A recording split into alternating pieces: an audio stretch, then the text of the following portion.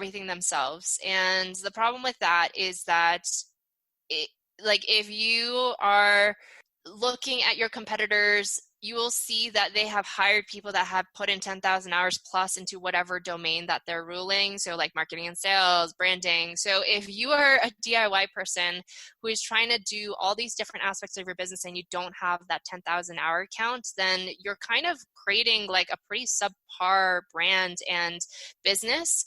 So the entrepreneurs that really are serious about launching and doing it in a way that's pretty effective are the ones that kind of let go of this DIY notion. They don't take pride in wearing a bunch of hats.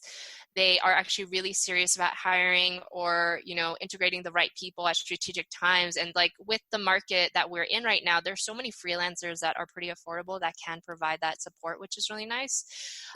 So yeah, I think that the DIY culture is a huge mistake that a lot of entrepreneurs run into. And another aspect of that is with DIY culture, a lot of entrepreneurs kind of err to the side of, oh, I used to be a social media manager, so I'm going to do that on my day-to-day and fill that with my agenda, when actually most of your agenda should be sales and strategy oriented, right? To help grow your business. So that's another huge thing. People kind of falling back on what they already know rather than challenge themselves as an entrepreneur and be like, no, I'm an entrepreneur. What kind of hat do I need to put on right now in order to really grow and push my business? So I wonder too, if I know part of this is always cost, people are worried about, especially at the beginning. But you're right, there are so many options out there. So maybe you can't afford the big shiny brand name ad firm, but there are so many freelancers out there that do still have that experience under their belt and probably specialize in working with businesses like yours. So it's great that those options are there. But I've heard a lot of business owners say that their main holdup with hiring others to do these things is letting go a little bit. I think it's hard for people to let go. You built this brand yourself and now it's ready. You're ready to take it to the next level, but it's hard to let go of that ownership over things like your social media management or even admin tasks. Do you have any advice for kind of getting over that mindset and finding the right person to fill that gap? One thing I tell a lot of entrepreneurs to do is, when you're in the bootstrapping phase in the beginning, a really good way to kind of get over this hump of, okay, I want to hire a good marketing person, but they're, tens of thousands of dollars. How do I kind of meet in the middle somewhere? What I recommend entrepreneurs do is that they actually take some kind of course or program or work with a coach that actually will up level them as far as their knowledge. So almost give you a 10,000 hour plus download of, here's the expertise that I've acquired for this particular topic, so that you can at least get up to speed as far as what your expectations are. So I think that the biggest thing as a business owner is understanding what to delegate and how to delegate, and understanding what are my metrics for success. So if you know nothing about marketing, but you can't hire a marketing person yet, what you can at least do is get really informed on,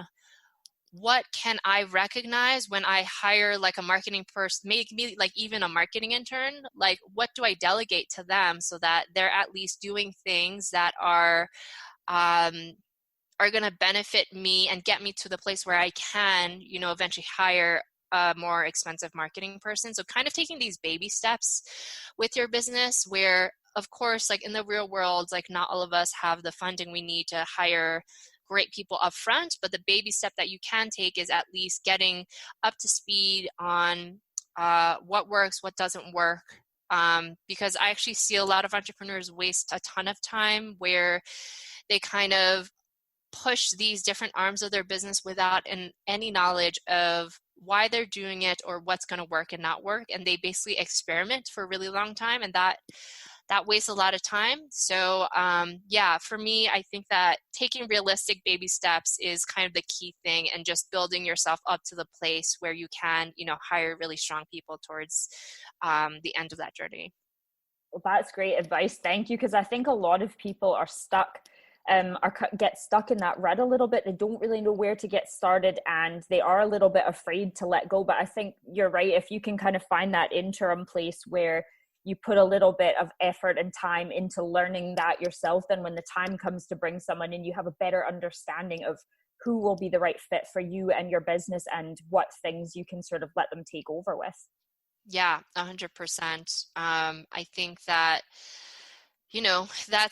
that's a mistake I've made in the past so many times, where I was like so egotistical that I thought I knew how to do everything, when in actuality, you look back and you're like, wow, I delayed myself by a year with that ego. I could have hired a coach and sped the timeline up by a couple months, and I would have been at a much better financial place by speeding up that timeline. So yeah, it's a really hard realization when you make that mistake yourself, but I hope that people listening to this definitely take that to heart and skip all the mistakes I made.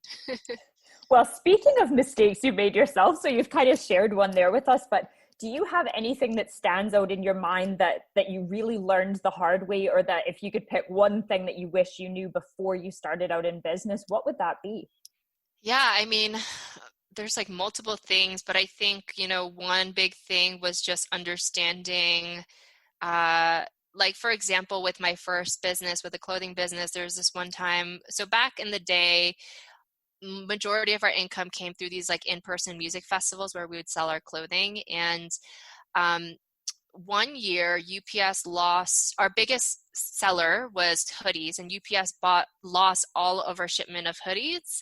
So that was 50% of our revenue for that event. So that was huge for us. So I think for me, like, diversification has been a huge lesson in every part of your business. Like, never put yourself in a vulnerable spot where more than 50% of your revenue, of like your team, of your knowledge base, never have that ride on one thing. Like, that's probably the biggest danger you can put yourself for your business.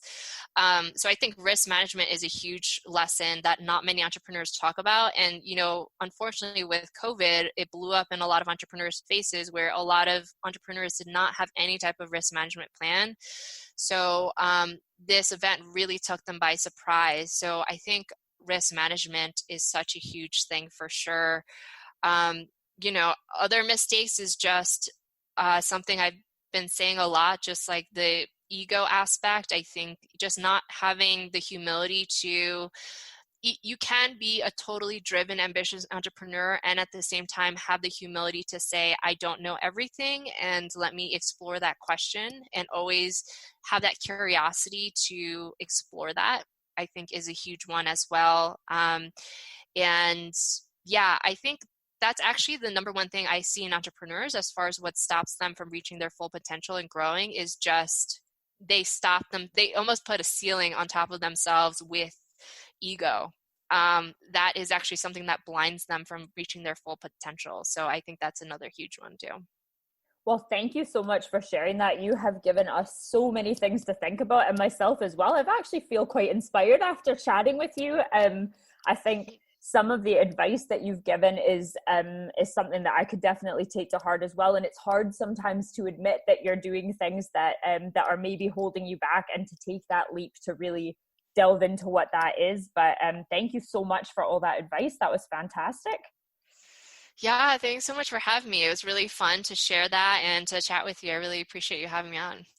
Well, Sophia, where can we find you online? So I will share all of your social media links in the show notes, but if you can just tell us where we can find you, that would be great. Yeah, so my website is ascent-strategy.com, or on Instagram, I'm pretty active there. My Instagram handle is Ascent with Sophia. And I'm also on Medium at Sophia Sunwoo for my blog posts. But yeah, if you go on my website, I have a bunch of free resources, free blog posts on there with just a bunch more tips. So yeah, feel free to check that all out.